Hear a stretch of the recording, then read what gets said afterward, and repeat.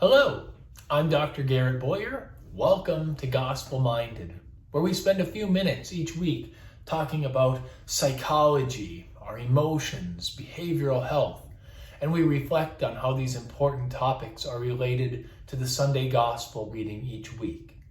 Like always, this isn't intended to be a substitute for actually going to church or participating in counseling or therapy or spiritual direction if you're involved in those sort of practices. But like we know so well, things of our mind, our psychology, and our spirituality so often go hand in hand. So here we are, continuing along our journey in ordinary time. It's a little bit different this week because for the past several weeks, our gospel reading has come from the Gospel of Mark, whereas today we begin the next several weeks reading from the Gospel of John. Today's gospel reading comes from John chapter 6, which is the feeding of the 5,000 miracle. So I want to read just a few lines of it to set up where I want to go with today's discussion. It says this: "Now the Passover, the feast of the Jews, was at hand. And lifting up his eyes then, and seeing that a multitude was coming to him, Jesus said to Philip, 'How are we to buy bread so that these people may eat?' He said this to test him, for he himself knew what he would do. Philip answered him, 200 days' wages would not buy enough bread for each of them to get a little."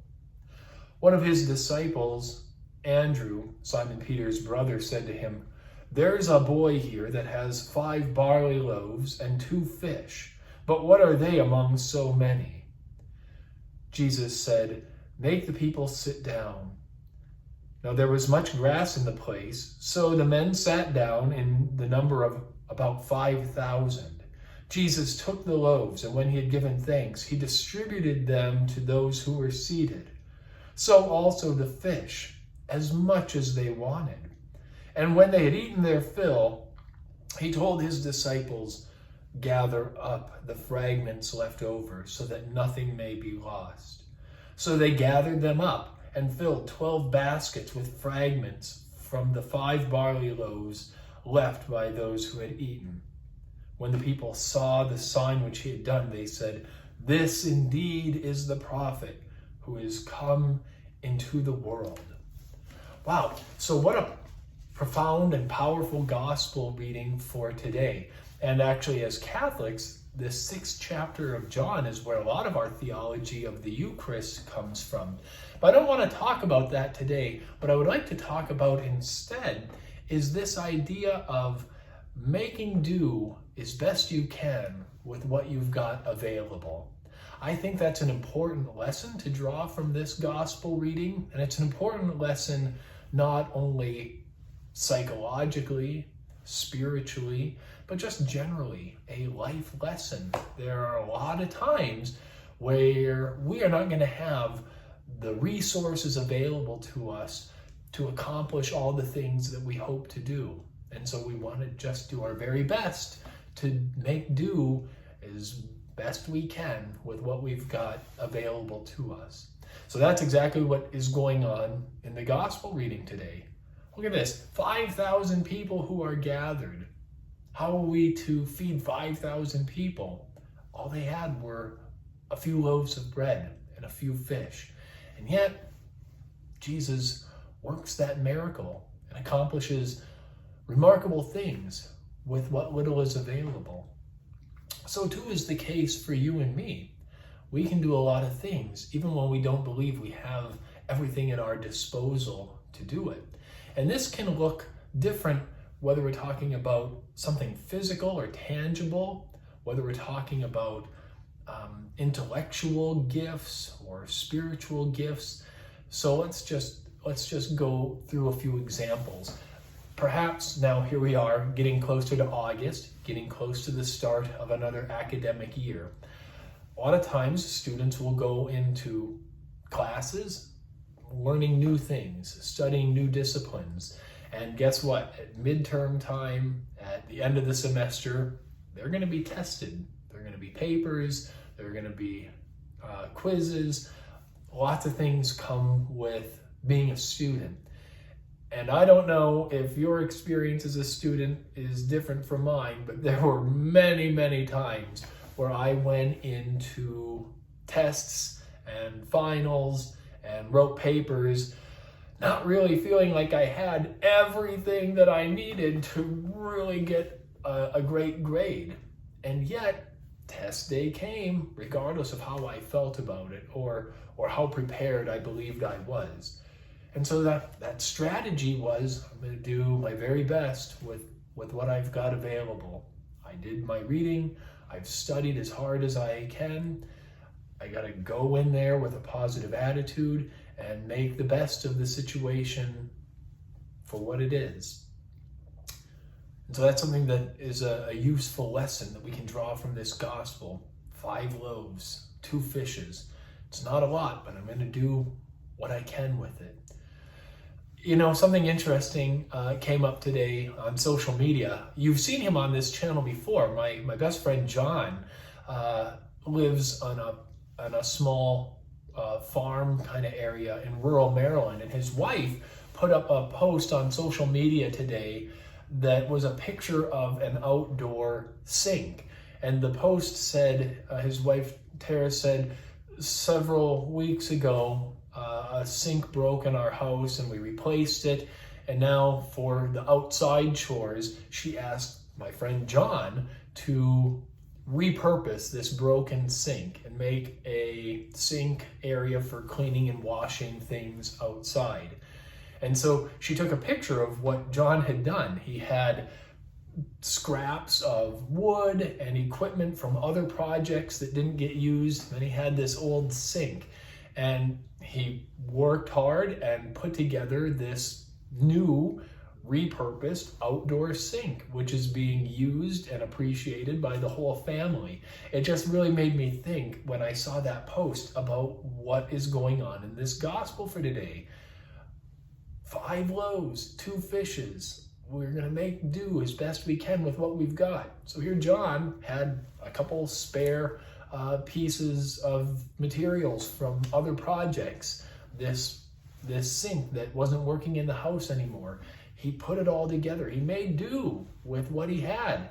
And look, he transformed it into an excellent product that works, that is now being used and appreciated by their family. Awesome stuff. Great job, John.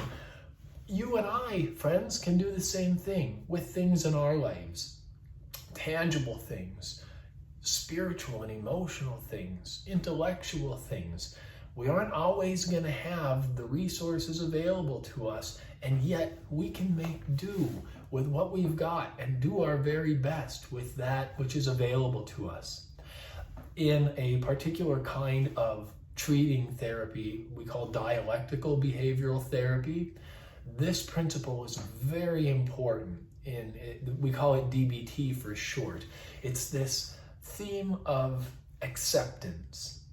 That acceptance that some things are out of my wheelhouse, as it were, and I have to find a way to shake hands with that fact mentally and intellectually, and be able to accept the fact that life isn't always going to look exactly the way I want it to.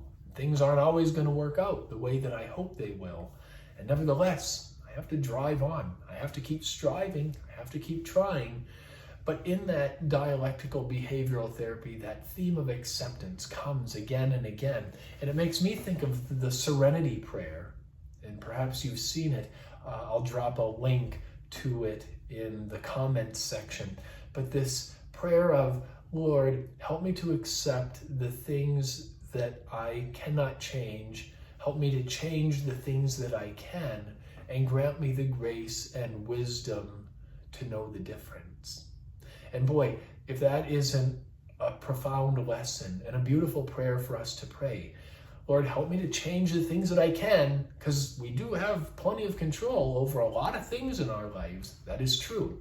But help me to accept the things that I cannot change. And there's plenty that is outside of my control. That is to say, there are a lot of times where I'm going to feel inadequate, or poorly equipped or not ready to go to try and tackle a project or meet a goal, I'm not going to have everything available to me. It might just be 5 loaves and 2 fish. It might just be a handful of materials that weren't used in other projects.